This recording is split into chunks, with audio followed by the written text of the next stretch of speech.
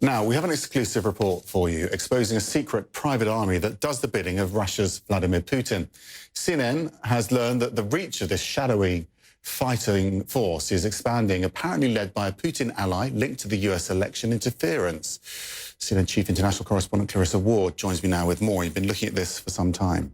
That's right, Max. It's nearly a year now that we have been reporting on the increased use of mercenaries by Russia in countries across the world, many of them unstable countries. Officially, the Kremlin says we have no relationship to these groups at all. But we managed to sit down with a former fighter from one of the most notorious groups called Wagner, and he told us a very different story.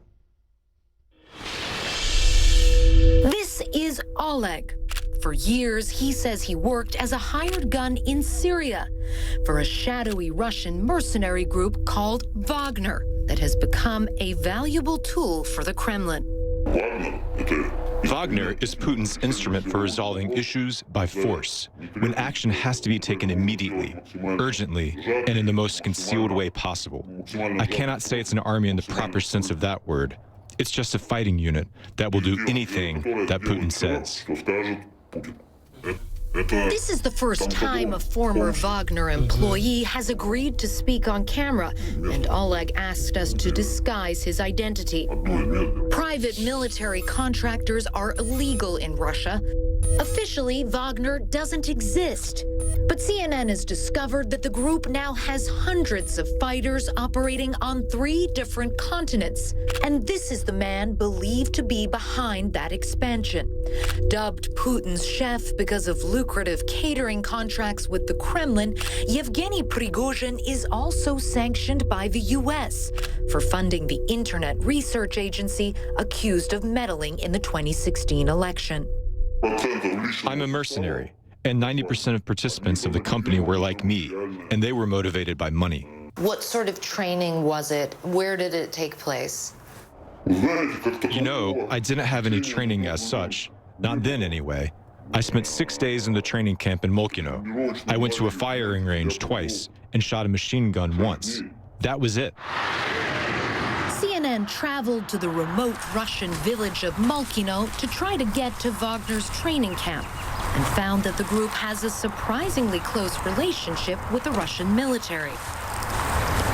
The only way to get into the Wagner barracks is to get through that checkpoint, which is manned by the Russian military, because this actually belongs to a Russian Special Forces unit.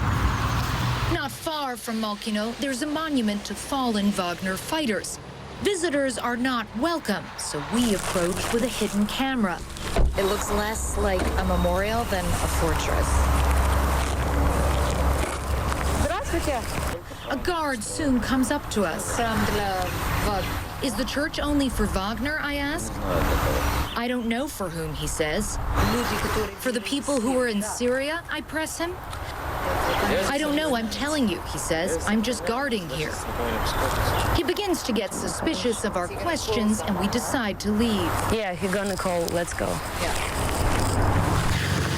They didn't let us inside, which is not surprising, because in that compound is the only tangible, visible proof that Wagner is real.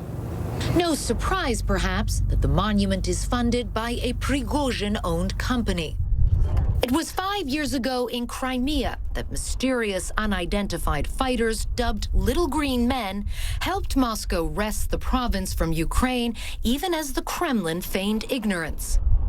It was a success, and Moscow's use of mercenary forces has since grown.